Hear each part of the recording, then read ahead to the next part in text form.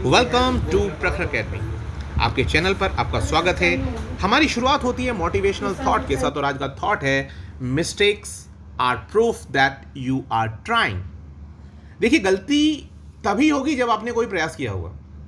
ऐसे व्यक्ति जो काम ही नहीं कर रहे हैं तो गलती होने का तो मतलब ही नहीं पैदा होता। जब काम ही नहीं कर रहे हैं तो गलती नहीं होगी। आप प्रयास कर रहे हैं, आप कोशिश कर रहे हैं, इसी का एक सबूत है कि आपसे गलती हुई है। कोई दिक्कत नहीं है। पहली बार जब किसी काम को करते हैं तो चांसेस रहते हैं कि हम गलती करें, और जैसे जैसे हम काम को करते जाते हैं, कोई भी काम हो, क्योंकि हमारा मस्तिष्क ऐसे ही डिज़ाइन है, वो धीरे धीरे सीखता है चीज़ों को। ठीक है, तो अगर आप गलती कर रहे हैं तो यानी आप बहुत खूबसूरत कुछ काम कर रहे हैं और बट ऑब्वियस है एक दिन आप बेटर करेंगे। चलिए इसी थीम के साथ हम आगे बढ़ते हैं। हमारा पहला प्रश्न है, लिटोरिया मिरा क्या है? तो लिटोरिया मिरा जो है वो मेंढक की एक नई प्रजाति है जो कहाँ से पाई गई? न्यू गिनी क्षेत्र से पाई गई है, वहाँ के तराई वर्षा वनों में। ये चॉकलेट के कलर वाली है, मतलब इसका जो मेंढक पाया गया है वो चॉकलेट के कलर वाला है और पेड़ों पर निवास करती है प्रजाति। इसे खोजा किसने है? ऑस्ट्रेलियन वैज्ञानिकों ने इसे खोजा है। और लैटिन भाषा में इस मिरा शब्द का जो मिरस कहते हैं इसको, तो ये जो शब्द है या मिरम शायद, इसका जो मतलब है वो मतलब क्या है? आश्चर्य है या कोई स्ट्रेंज चीज है। तो आप ये देखिए, इंडियन एक्सप्रेस ने इसको कवर किया था। क्या लिखा है? Meet the Litoria mira, real life version of the Harry Potter's chocolate frog. देखिए, आप देखते हैं ना हैरी पॉटर में कि जो आपका चॉकलेट फ्रॉग है वो एक इमेजिनेशन है, लेकिन हमने उसे रियल जिंदगी में देखा है लिटोरिया मिरा के रूप में। The species is called the Litoria mira, inspired by the Latin adjective mirum, which means surprise or strange, stemming from the scientist's surprise in discovering an undescribed member of the predominantly Australian Litoria genus of a tree frog. Is it clear? चलिए, और ये आप देख सकते हैं, ये picture आप देख रहे होंगे, पेड़ पर रहने वाला ये चॉकलेट कलर का एक प्राणी है, एक मेंढक है। और ये मेंढक साहब जो है, ये जो मेंढक है, इस मेंढक को आप देख रहे हैं, ये क्या है? ये लिटोरिया मिरा है। अब इसके बाद हम आगे बढ़ते हैं और आगे है आपका हाल ही में कौन सा संगठन स्पीड फास्ट डिफेंडर 21 वार गेम्स सैन्य अभ्यास कर रहा है? तो मैं आपको बता दूं कि हाल ही में करने वाला ये जो आपका स्पीड फास्ट डिफेंडर 21 वार गेम्स है, ये सैन्य अभ्यास करने वाला कौन सा संगठन है? ये है नाटो। नाटो यानी नॉर्थ अटलांटिक ट्रीटी ऑर्गेनाइजेशन। कौन सी है ये? North Atlantic Treaty organisation.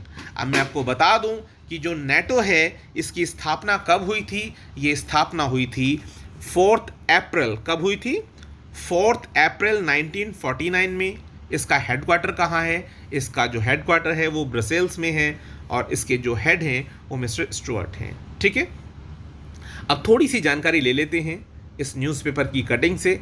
तो आप देखिए, ये है आपका जो आपका स्पीड फास्ट डिफेंडर 21 वार गेम्स के लिए US army M2 Bradley fighting vehicles sit next to the Bulgarian T-72 tanks after a rehearsal for an upcoming live fire exercise at Novoselo training range. Bulgaria, May 27, 2021, in support of Saber Guardian 21. Saber Guardian 21 is a linked exercise of the Defender Europe 21. Defender Europe 21 is a large-scale US Army-led exercise designed to build readiness and interoperability between the US, NATO allies and partner militaries. More than 28,000 of the multinational forces from 26 nations will conduct nearly simultaneous operations across more than 30 training areas in more than dozen countries, from the Baltic to strategically important Balkans and Black Sea region. आपको मैंने कुछ दिन पहले बताया था कि जो काला सागर है वो कितना इम्पॉर्टेंट है रशिया के लिए, क्योंकि वो उसे अपनी विरासत का हिस्सा मानता है, या आप इसको ऐसे मान सकते हैं कि रणनीतिक रूप से वो क्षेत्र बहुत इंपॉर्टेंट है। देखिए, व्यापार की दृष्टिकोण से भी और सामरिक दृष्टिकोण से भी। तो बट ऑब्वियस है, आपको याद होगा कि उस रीजन में उसका मिलिट्री बेस मैंने बताया था आपको, और इसे लेकर यूएस की चिंताएं बहुत ज़्यादा थी। अब रशिया के साथ आपको पता है एक लंबे समय से अमेरिका और रशिया के बीच में विवाद रहा है, तो उसके चलते दोनों का अपना पावर गेम है जो चलता रहता है। तो एक तरह से ये एक तरीका है अपनी पावर को एक्सप्रेस करने का कि हम कितने पावरफुल हैं, एक्सरसाइज करना, मिलिट्री एक्सरसाइज करना। चलिए आगे बढ़ते हैं। अब है आपका शेंजाओ 12 क्रूड मिशन। किस देश का मिशन है? तो ये किस देश का मिशन है? ये मिशन है चाइना का। आपको पता होगा ये अपने पार्ट्स जो है स्पेस स्टेशन पे भेजता है, और वहाँ पर इसको क्या करना है, अपना ही स्पेस स्टेशन जो है उसको डेवलप करना है, जिसके चलते ये आपका क्या है, यहाँ पर ये भेज रहे हैं शेंजाओ 12 क्रूड मिशन, जिसमें कि 3 एस्ट्रोनॉट वो भेजेंगे। अ 3-man crew of astronauts will blast off in June for 3-month mission। 3 महीने के लिए वो जा रहे हैं on China's new space station, according to a space official who was the country's first astronaut in orbit। तो चाइना क्या कर रहा है, 3 मेल एस्ट्रोनॉट को भेज रहा है अपने स्पेस स्टेशन में 3 महीने के लिए। कब भेजेगा? इसी महीने जून में भेजने वाला है।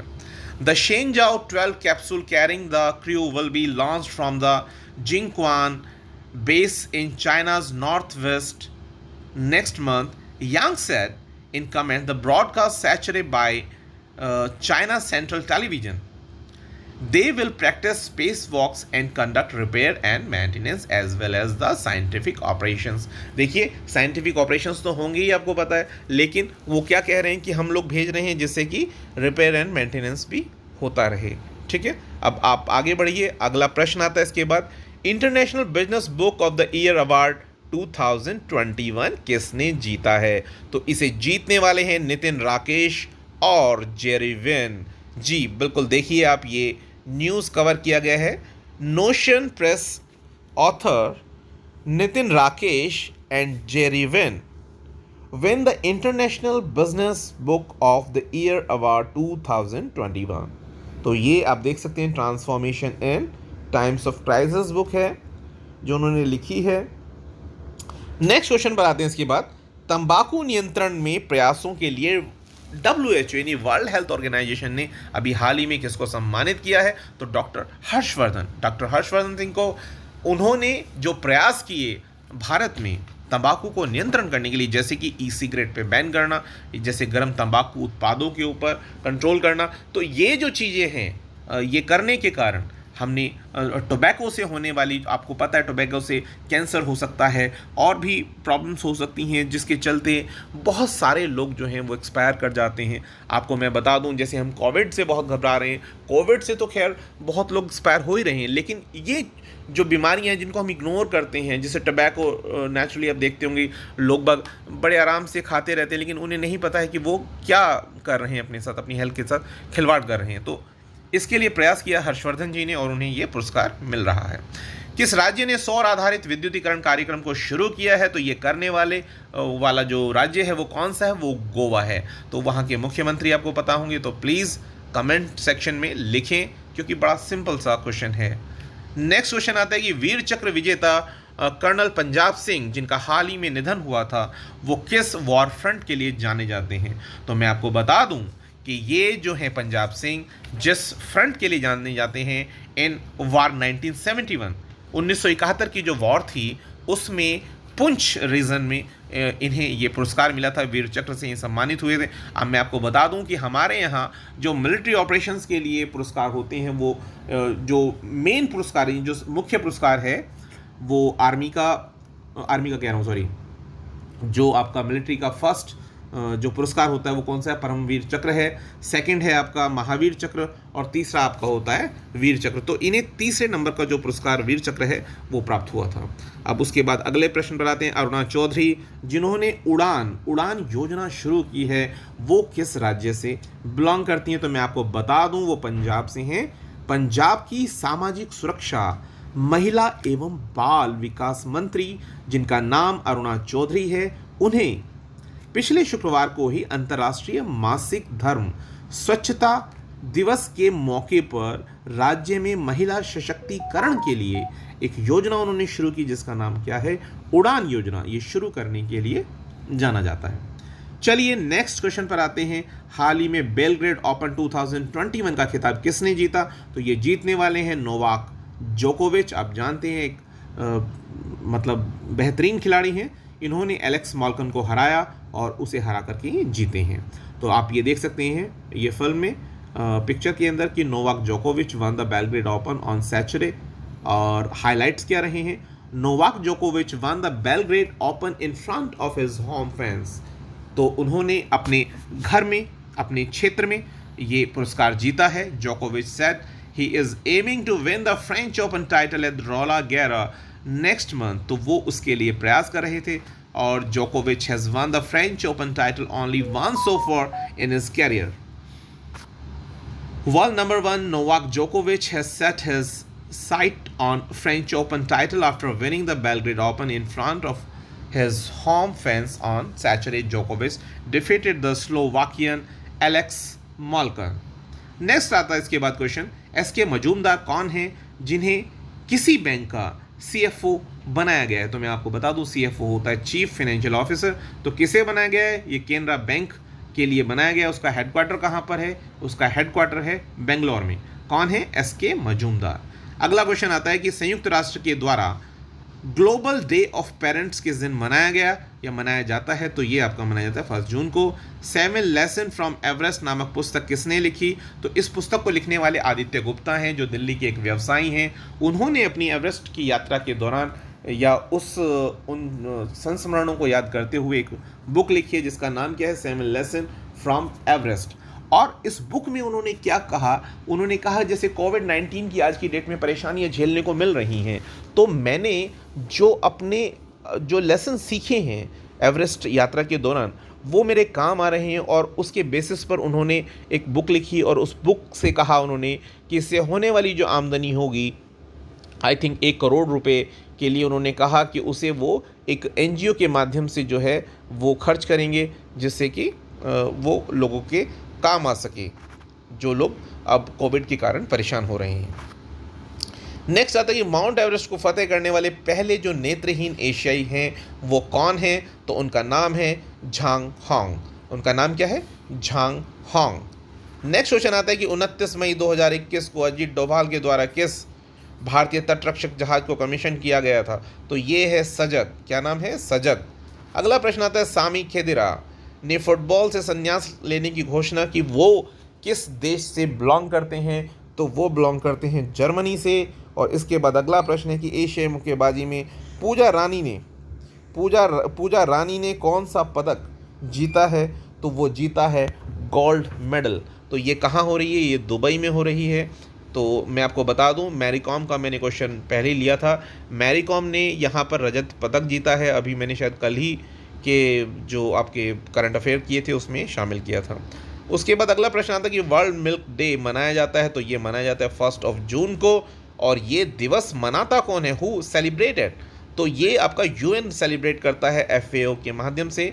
एफएओ क्या है? फूड एंड एग्रीकल्चर ऑर्गेनाइजेशन है, एफएओ के द्वारा मनाया जाता है। और आज ही के दिन वैश्विक मातृ पितृ दिवस या वर्ल्ड डे ऑफ पेरेंट्स मनाया जाता है। चलिए नेक्स्ट क्वेश्चन है आपका बी श्याम। ये बी श्याम जो हैं वो किस देश में भारत के राजदूत के रूप में नियुक्त किए गए हैं? तो ये किए गए हैं आइसलैंड रिपब्लिक में। इसकी राजधानी क्या है? रेयकविक है। और अब अगले प्रश्न पर आते हैं। तिग्रे क्षेत्र में यूएन के द्वारा अकाल के खतरे की घोषणा की गई है या बताया जा रहा है कि वहाँ पर अकाल हो जाएगा। तो क्यों हो जाएगा? क्योंकि फूड सप्लाई जो है वो रोक दी गई है। और फूड सप्लाई रोकने के कारण इस जो रीजन है तिग्रे, ये आपका कहाँ पड़ता है? ये पड़ता है आपका इथियोपिया में है। और इथियोपिया की राजधानी क्या है? ये है आपकी एडिस अबाबा। एडिस अबाबा जो है उसकी राजधानी है। और उस क्षेत्र में तिग्रे है। तिग्रे जो है वहाँ पर यूएन ने कहा यहाँ अकाल की घोषणा की जा रही है।